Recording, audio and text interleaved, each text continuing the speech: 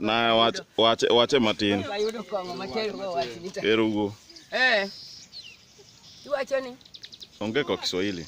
Ni? Gwero kamano ne jomo biro liel. Asante sana kwa watu na kuja kwa matanga ya ndugu yangu.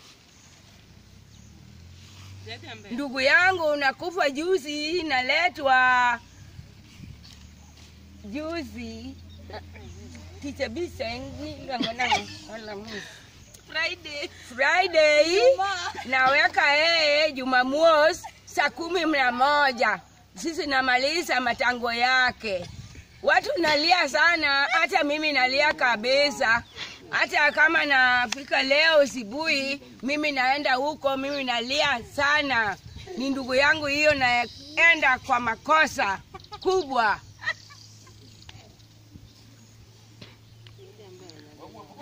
Parne urugi moko nego wachi Kiswahili. Nyama na kwesa. Sasa sisi nabaki tu na kuku na wewe toka hapo. Hai. Bwana ameleta mbuzi. Opati na lete mbuzi. Ikachinjwa.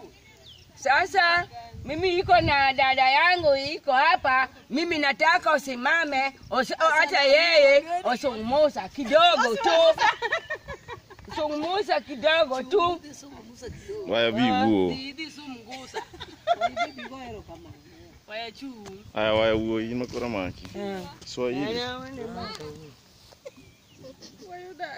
Sasa mimi nasema kwa nini dada yangu hiyo nakataa kusema maneno.